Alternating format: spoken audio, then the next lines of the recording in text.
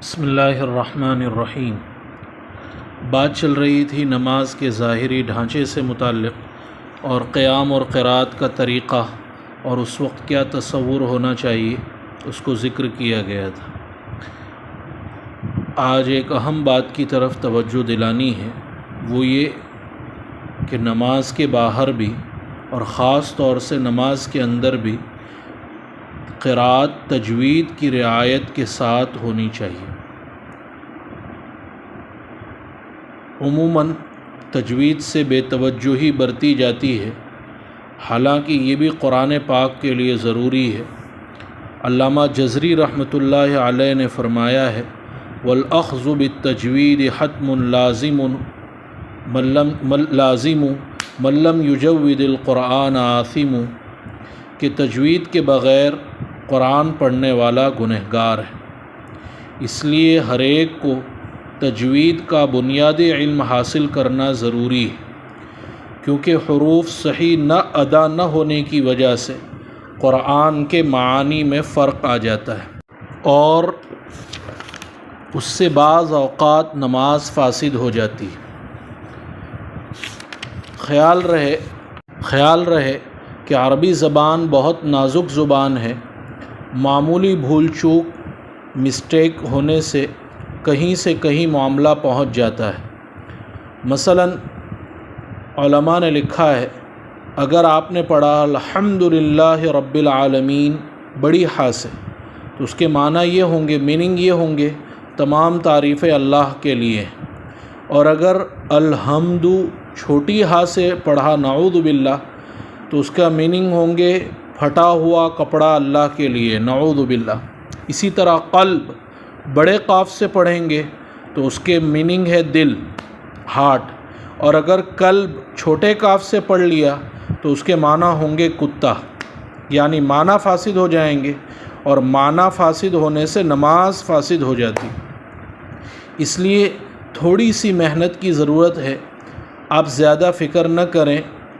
ہم آپ سے یہی کہتے ہیں کہ آپ اپنی جگہوں پر رہتے ہوئے ہفتے میں ایک دن ویکینڈ کے موقع پر، مثلا اتوار کے روز یا جب آپ کی چھٹی ہو، ایک آدھ دن امام سے مل کر، اور اگر روزانہ عشاء کے بعد مغرب کے بعد ہو جائے تو بہت اچھا، اپنے امام صاحب سے مل کر اپنا قرآن ان کو سنائیں، اور جن غلطیوں پر مسٹیک پر وہ متنبہ کریں ان کو نوٹ کر لیں، ان کی اصلاح کریں۔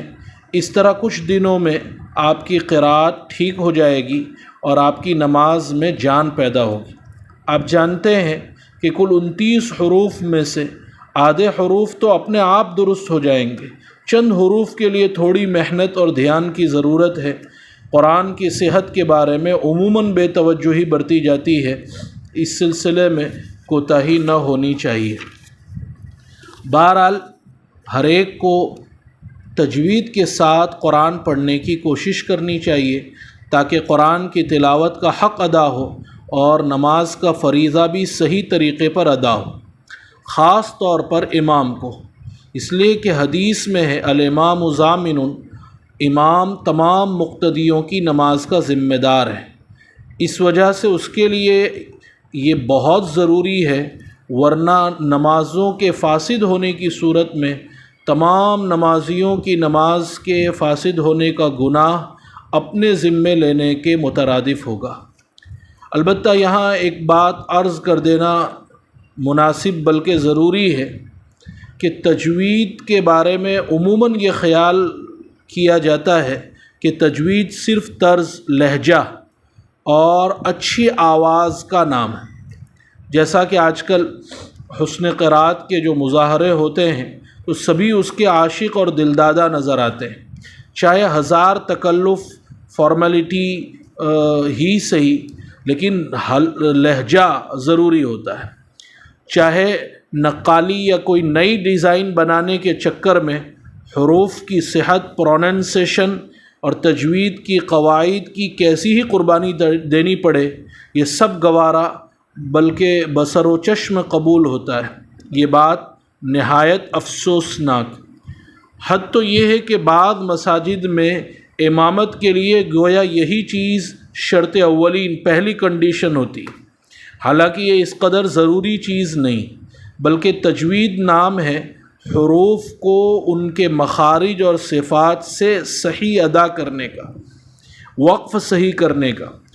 گویا تجوید میں اصل اور بنیادی چیز حروف کی صحت ہے، پروننسیشن صحیح ہونا چاہیے۔